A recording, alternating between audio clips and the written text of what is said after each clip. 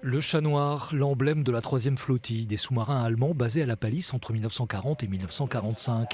Ce même chat noir devenu emblème et signe de reconnaissance du musée Bunker en centre-ville.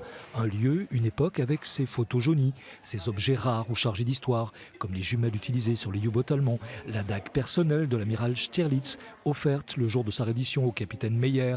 Un lieu oublié puis redécouvert qui, 70 ans plus tôt, abritait en centre-ville les officiers de la Kriegsmarine.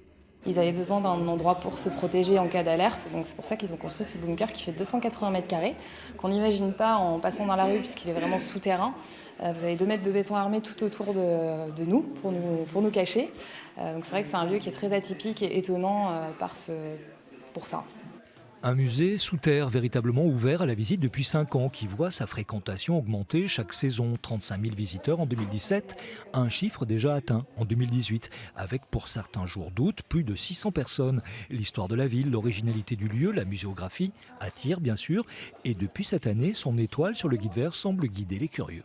On s'y attendait pas parce que c'est vrai que on ne savait pas qu'on pouvait avoir ça et vraiment ça a été un titre très, très agréable et je pense que ça a fait de la publicité. On a pas mal de personnes qui viennent avec le guide vert en main et voilà, qui viennent visiter le musée grâce à ça. Objectif désormais reconquérir un public local, pourtant présent à l'ouverture mais moins assidu 5 ans après. Alors une idée de visite pour les week-ends arrosés d'arrière-saison, histoire de replonger à l'époque du mur de l'Atlantique, l'époque du chat noir.